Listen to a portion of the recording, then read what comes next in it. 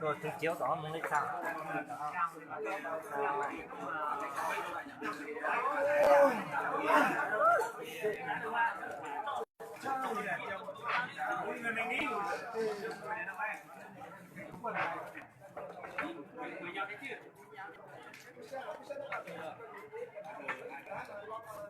Bọn này vô mà chơi rồi. Còn có được xem thì chưa phải.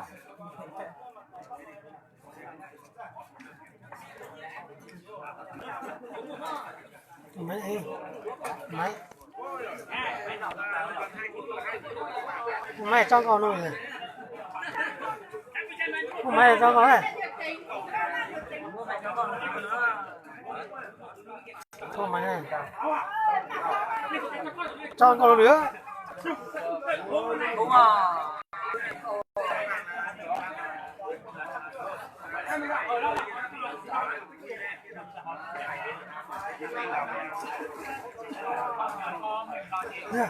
nó mày cho nó tẩy cho nó mày coi đó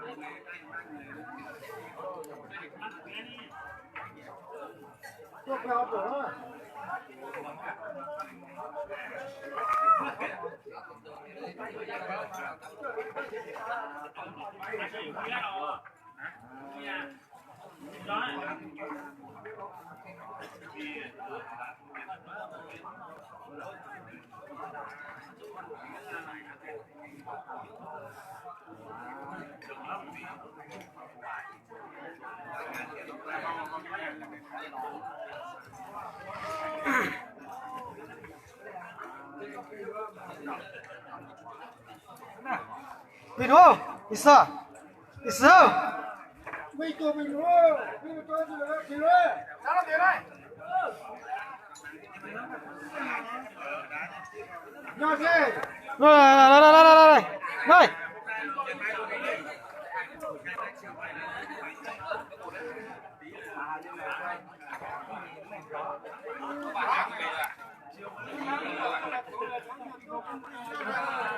hả?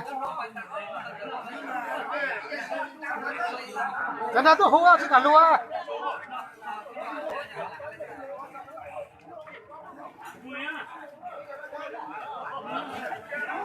Cháu như nó cổng á.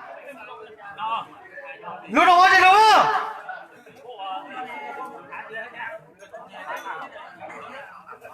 Rồi thì chụp lên nó là phải chạy nữa. Không thế à?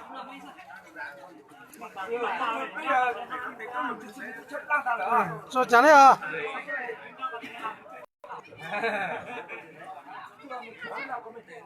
Nhau là sao cái nào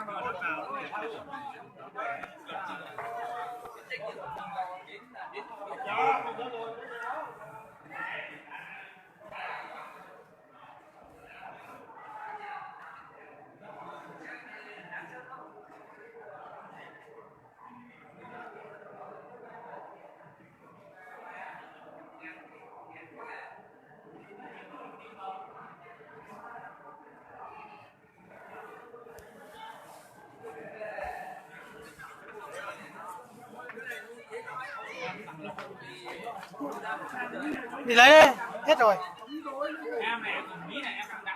Đi lấy đi.